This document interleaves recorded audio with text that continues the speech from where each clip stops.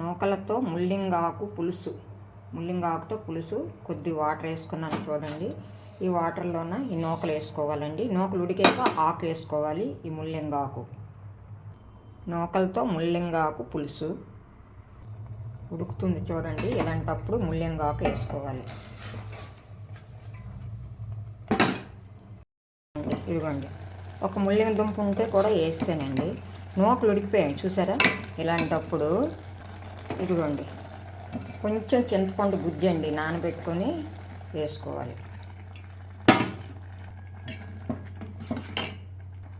Water కొద్దిగా add చేసుకోవాలి. మీకు ఎంత కావాలంటే అంత. ఇది సరిపోతుంది ఉడికేటప్పటికి. కల్లుప్పు, కారం, పసుపు వేసుకోవాలి. ఇదిగోండి యాడ్ చేసుకోవాలి. కొంచెంసేపు మూత పెట్టుకోవాలి.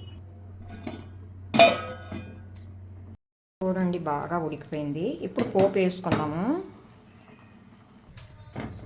కళాయి వేసుకున్నాను, ఆయిల్ వేసుకుంటున్నాను. సరిపోతుంది. పోపు దినుసులు అన్నీను, ఉల్లిపాయలు, ఎల్లుల్లిపాయలు, పచ్చిమిర్చి వేగుతుంది. ఇలాంటప్పుడు ఎండుమిర్చి వేసుకోవాలి.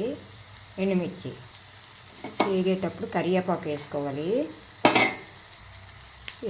కొంచెం ఎండు వేసుకోవాలి. వేగిపోయింది. నేను పులుసులో వేసుకుంటాను. ఇది దించాను కదండి. ఇదిగోండి బియ్యం నూకతో ముల్లింగ పులుసు. అసలు ఎంత బాగుంది. కమ్మగా బియ్యం నూకతో ముల్లింగ పులుసు చూసారా. ఇంకా ఎంత టేస్ట్గా ఉంది చూడండి. పోపు చూడండి. ఇలా చేసుకోండి, కమ్మగా తినవచ్చు. అందరికీ బాయ్ అండి.